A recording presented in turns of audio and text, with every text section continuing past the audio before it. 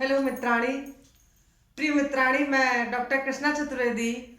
आज मैं आपको व्यंजन संधि के बारे में बताऊंगी। जैसे पहले आपने स्वर संधि पढ़ी है। स्वर संधि में क्या होता था? स्वरों का ही पूर्ववर्ण हो परवर्ण हो, दोनों में स्वरों का ही महत्व दिया जाता था। स्वरों का ही स्वर संधि बनती थी। जैसे आकाश वर्णे में आपके आकाश वर्ण सूत्र पढ़ लिया आपने। आद गुणा जो आप मान लीजिए दीर्घ संधि आया, आकाश वर्ण दीर्घ था। आपका गुण संधि आया तो आद गुणा गुण है। आपका वृद्ध रेची आया, वृद्धि संधि में पढ़ा।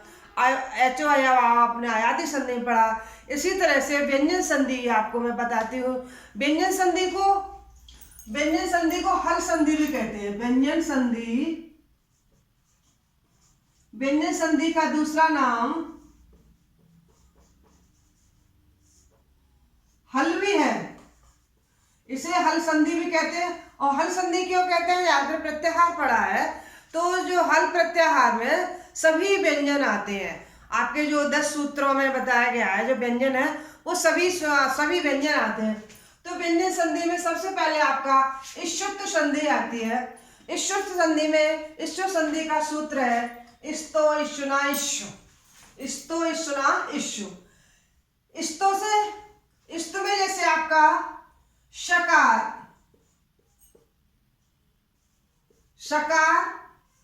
और त से मतलब है तवर्ग।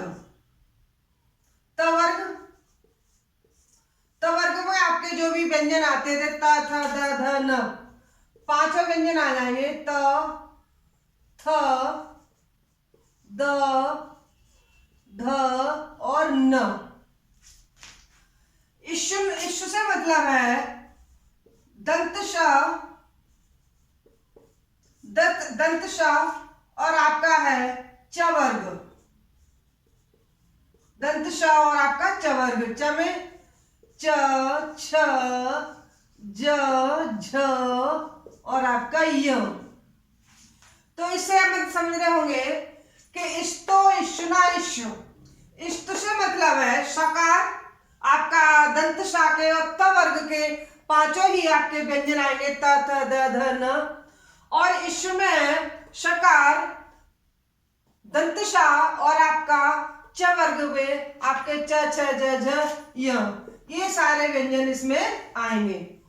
तो इसमें जिस तरह से आपने देखा था कि जैसे मान लीजिए वृद्धि संधि में सभी जो स्वर होते थे वो वृद्धि हो जाती थी, उनकी प्रोग्रेस हो जाती थी। गुण संधि में गुण हो जाता था। ऐसे ही इष्टुना संधि में आपका सकार की जगह सकार, चवर्ग तवर्ग की जगह चवर्ग आपका हो जाएगा। तो आगे में और आगे आपको पढ़ाती हूँ।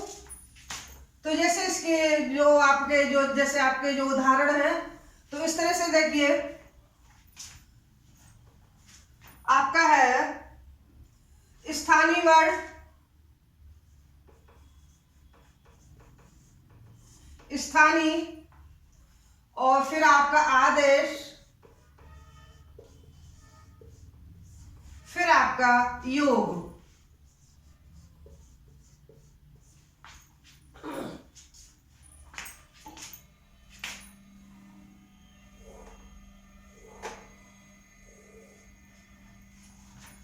तो इसमें बता रहे हैं कि तथ के पहले या बाद में सकार च छ ज का योग होने पर आपका च वर्ग आपका योग च वर्ग का आदेश होगा। च वर्ग आपका च वर्ग स के स्थान पर त वर्ग के स्थान पर च वर्ग आपका स्थापित हो जाएगा, त वर्ग आपका आएगा।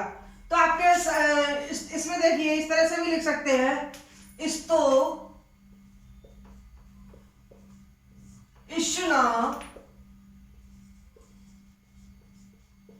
और आपका इष्टु। तो इस्तो में आपके हैं स और आपका है तवर्ग। तो त थ द ध और न। और आपका न, इसमें आपका इष्टुना में है सकार का और आपका च वर्ग के च छ ज झ आपका य, आपका य। अब इसके स या च वर्ग का योग पहले हो या बाद में? स या च वर्ग का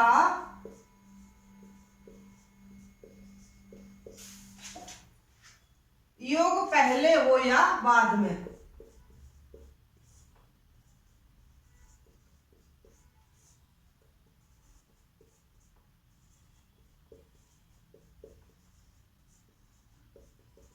तो इससे आप समझ रहे हैं कि जैसे आपका जब आप संधि करेंगे, आपका अगर ता आ रहा है पूर्व में, तो परवर्ण में च आपका हो ही जाएगा।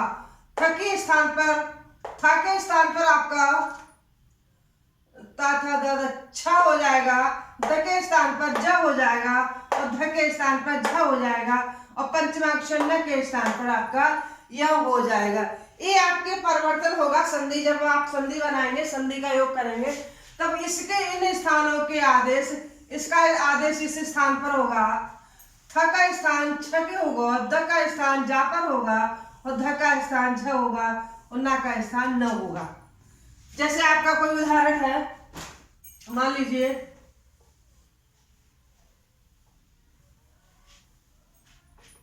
जैसे है रामस धन सेते, रामस धन सेते। अब देखिए स तो आपका ये हलंत लगा है, तो आधा आपका व्यंजन माना जाएगा। तो राम, अब ये व्यंजन है, आधा व्यंजन है, तो श हो जाएगा, इधर क्या आपका शेते हो जाएगा, तो आपका हो जाएगा राम शेते। क्योंकि दंत श के स्थान पर तालव्य सा का आदेश हो जाता है, तालव्य सा का आपका योग हो जाता है, तो आपका बनेगा राम शेते। जैसे और दूसरा है, आपका उदाहरण है सत्य धन चित्त। ज्यादातर आपके टेट की परीक्षा में आता भी है, ये वाला उदाहरण ज्यादा आता है परीक्षा में, सत्य धन चित्त। अब देखिए त के स्थान पर हो रहा था च, त वर्ग का पहला स्थान, त वर्ग का पहला व्यंजन त है, च वर्ग का पहला व्यंजन आपका च है, तो आपका हो जाएगा स। आपका त की जगह आप आधा व्यंजन है तो च हो जाएगा, और ई की मात्रा आपकी पहले आती है, तो आपका बन जाएगा सचित। क्या हो जाएगा? सत्यचित। क्योंकि अगर पहला व्यंजन जो पहला व्यंजन है, जैसे क है, मान लीजिए क वर्ग में क आता और आपका ता आता, तो क की जगह ता हो जाता है। इस तरह से आपके व्यंजन हो। लेकिन आपका स्तो स्त्रनाश है, तो सकार के स और त वर्ग की जगह स और च वर्ग ही आएगा, और कोई दूसरा इसमें वर्ग नहीं आ सकता है, क्योंकि ये सत्य है, संधि है, इस शुद्ध संधि है, तो इसी में इसी के नियम के अनुसार सारे वर्ग के जो भी वर्ण है वो ही आएंगे, और कोई दूसरा वर्ण नहीं आ सकता है। और भी उदाहरण है, जैसे उद धन ज्वल, उद धन ज्वल। परीक्षा में भी आता है ये वाला प्रश्न कि इसको शुद्ध कैसे लिखा जाता है, इसमें कौन सी संधि है। तो आप देखिए वो द इधर द है, तो इधर आपका ज बनेगा, त थ च छ ज, तो त थ द आ रहा है, तीसरा व्यंजन है, इधर भी आपका तीसरा व्यंजन है, तो आपका क्या हो जाएगा इसके जगह, जैसे त इधर था, त थ द। अब उधर देखिए च छ ज, तीसरा व्यंजन आ रहा है, तो आपका वो यहाँ पर देखिए हलंत है, तो ज आधा हुआ, आपका इधर भी ज आधा ही है, तो आपका लिखा जाएगा उज्ज्वल। परीक्षा में अक्सर पूछा भी जाता है कि शुद्ध कौन सा है, तो उज्जवल ऐसे रहेगा, कोई मतलब अगर इसमें आधा जान लगाए, इस तरह से लगाए, तो आपका गलत माना जाएगा, क्योंकि संधि आपकी यही बता रही है, इस तरह से इसमें बताया गया है। दूसरा है आपका, जैसे मान लीजिए उत धन चारणम, उत धन चारणम, चारणम। और देखिए त के स्थान पर क्या हो जाएगा, च हो जाएगा। तो आपका उ, ये आप हलंत है तो आपका हलंत आधा हो गया, इधर से ये ले लिया तो आपका हो गया उच्चारणम। देखिए ये नहीं, ऐसा भी होता है कि पूर्व वर्ण में आपका व्यंजन हो और पर वर्ण में आपका स्वर भी हो सकता है। इस सब व्यंजन संधि में ये भी हो जाता है। जैसे मान लीजिए